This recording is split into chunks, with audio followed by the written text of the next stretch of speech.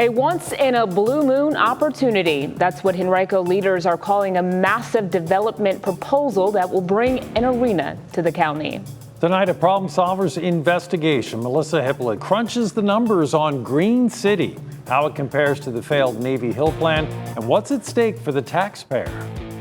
This is such an exciting opportunity for Henrico. This is a great project. That's Anthony Romanello, the head of Henrico County's Economic Development Authority, talking about something he believes will be a slam dunk. It's a once-in-a-blue-moon type project. Romanello and Carrie Trattina, the chief of staff for County Manager John Vitolkis, sat down for an interview about a massive development project that will bring a 17,000-seat arena to the county. The name? Green City. It was in early spring of 2020.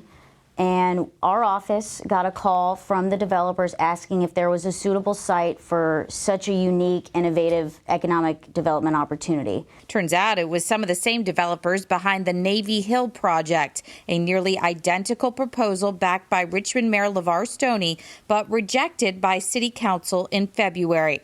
The council members who voted against the proposal questioned the financials of the project, what they perceived as a lack of transparency, and the submission of just one proposal. But when the developers brought the Green City plan to Henrico, every single member of the Board of Supervisors jumped on board. Does there need to be an RFP put out there? Do there need to be multiple competitive bids going on, or no? So no, economic development opportunities come in all different forms and fashions, and this one is an unsolicited proposal.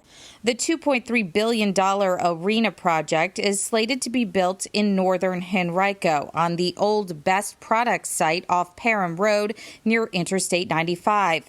In addition to the arena, there will be office and retail space, 2 hotels, and 2,400 residential units.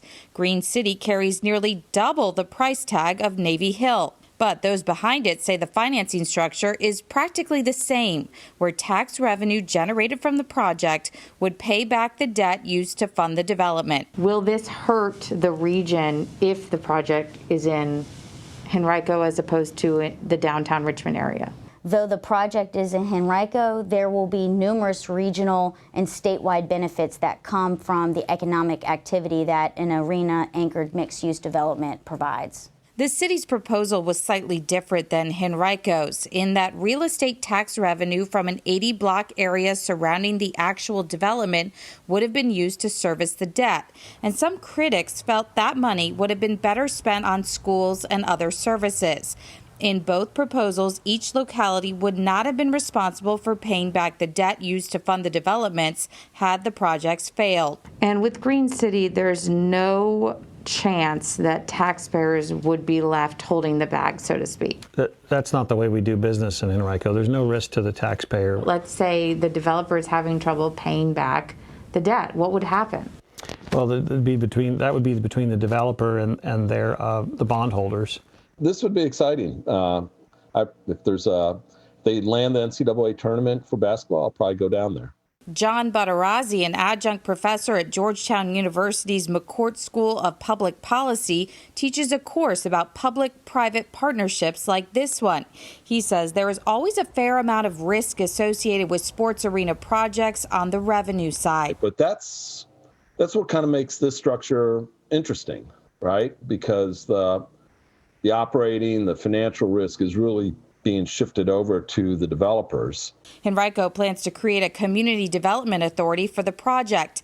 They say that will allow the developer to take all tax revenue generated within the project's borders for a period up to 30 years to repay the bonds. After that, the county gets the tax revenue generated by the project, just like what happened with Short Pump, White Oak Village, and Reynolds Crossing. In those 3 situations, a CDA was established, and in every single one, the debt has been paid off and the county is now reaping tax dollars? Yes, exactly right.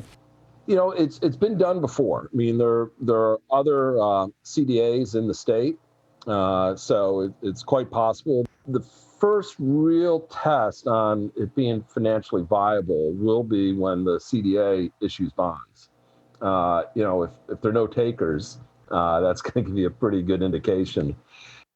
Professor Budarazi says taxpayers should keep an eye out for whether or not Henrico County ends up making a financial contribution to this deal. He said it could be justified, it could be a good thing, but he said it's just something to keep an eye out for. Now, as for what is next in this process, the rezoning process starts in early 2021, and I'm told that could take the majority of the year. Working for you, I'm Melissa Hippolyte for CBS 6.